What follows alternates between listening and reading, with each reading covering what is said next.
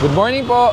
9 o'clock in the morning. Nandito po tayo sa Manila, specifically in Santa Mesa. No? This is Old Santa Mesa Road, which is a follow-up operation. Then afterwards, punta po tayo sa Valenzuela Street. Ito po ay bagong PCRMU complaint area po natin. Alin po? Nag-alex ko naman ang kusipin mo ngayon asawa mo. Wala po kasing tao kanina. Iniwan nyo po sa...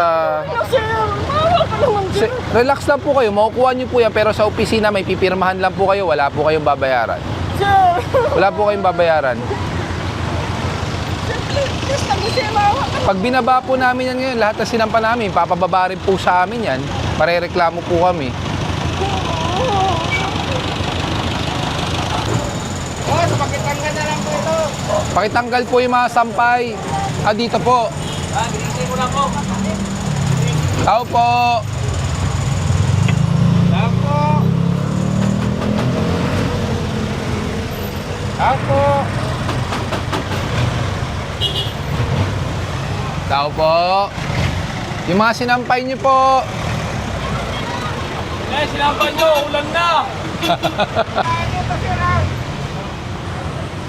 Tira pang puti sa ating lugar. Nilalakaran po kasi ng tao yan. Bawal pong may nakalawit. Kuya, yung mga sinampay po, paalis. Bawal po kasi yan dahil mga nakalawit po. Dinadaanan ng tao ang bangketa. Ano ka lang mo kayo magsasampay? Kung gusto nyo, sa taas po kayo magsampay. Doon sa bintana nyo po. Tara.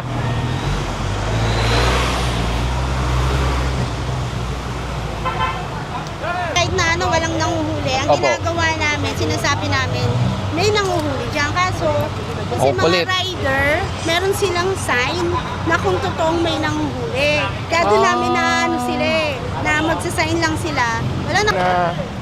Ito po, hindi po ako dito nagpa-park kasi ito po alam ko mahuhuli siya. Pero ito po kasi, sidewalk to. Ay, sorry po. Ang alam ko po kasi marami po dito nagpa-park din, nagbabayad din sa ano. Patawag nyo nga, sinasabi nila, hindi daw nila alam. Tawagin mo. Ito, sinasabi, nagbabayad pala sa kanila. Bigay din naman po sa kanila yan, kinuuna nila po yan. Si chairman nga po. Oo. Per-day po Pala eh. nagbabayad. Nasaan po resibo nila? Oo, bawal po yun. Kahit na slope po to, this is still part of the sidewalk. Paano na lang ako, sir? Lumagpas na po kasi sa file. Check nyo sa video kung ilang minutes na po. Bermog. Pa naman daw po sa Ilang minuto na yan. Ilipat ko na lang, sir. Check nyo po sa video muna. Pag lumagpas na 5 minuto, towed na po talaga yan. Wala pa naman daw po sabi na. 7 minutes eh. Pasensya na boss, pag pinagbigyan ko kayo, nare-reklamo tayo pare-pareho. Sir, ilipat ko na lang para ako. Boss, pag hindi po kayo lumagpas ng 5 minutes na consideration, pwede ko kayo pagbigyan. Ang problema, 7 minutes na po pala. Pakiparan nyo nga yun. Walang helmet yung bata eh. Kuya, tabi mo muna.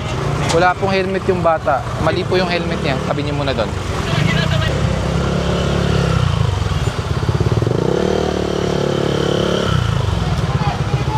Abot na ba niya yung foot peg? Po? Abot na ba niya to? Hindi po sir. Yun lang. Dapat, hindi mo pinagmumotor. Hindi wala po sa school sir. Oo nga, pero dapat di mo pinagmumotor ng ganun yan. Kasi, di ba, sa batas, ang bata, pwede lang yan pag abot na yung foot peg. Eh, paano po yan? Tapos yung helmet niya, ano pa? Napakaluwag niyan. Dapat bilan nyo ng helmet na maayos. Kasi delikado po yan. Mamaya, syempre hindi natin alam. Ikaw, nag-iingat ka. Yung ibang tao, hindi nag-iingat. Next time, ticket na lang mo. So, 11 o'clock in the morning. So, tapos na po tayo sa Santa Mesa, no? Nag-upisa po tayo sa Old Santa Mesa, going to Valenzuela. Then, dinaanan din po natin ang Teresa, which is a follow-up operation. So, ngayon, nandito naman po tayo sa Otis, na kung saan bagong PCRMU complaint area po ito.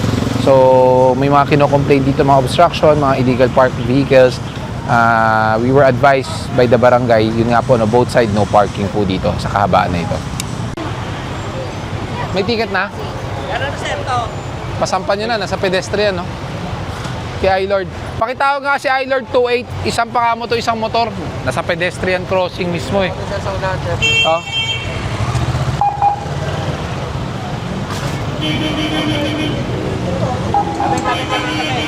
Walang helmet. Ah, sige na. Sige. You have a helmet? Pero po, Pasuot po muna ng helmet bago alisin. Tulak mo na lang pag wala kang helmet. sige, tutunan. Hindi, bawal mo i-start pag wala kang helmet. Ang patong natin. Yeah, tulak mo na lang. Tulak mo. So, mag-11:30 na po ng umaga, no? Another follow-up operation dito pa rin po sa Maynila. This is West Zamora Street naman po. Bangketa po to, sir. Hindi po kami maghihintay. Umpisahan nyo na po tanggalin yan para may usog. Pagkato pa naman. Binigyan po ba kayo ng permit sa bangketa? Malabo po yun sa bangketa. Pinayagan kayo ni chairman? Sige po, nasaan po ba? Umpisahan nyo na po yung pagtanggal. Kasi kung hindi po, kami po kukuha niyan.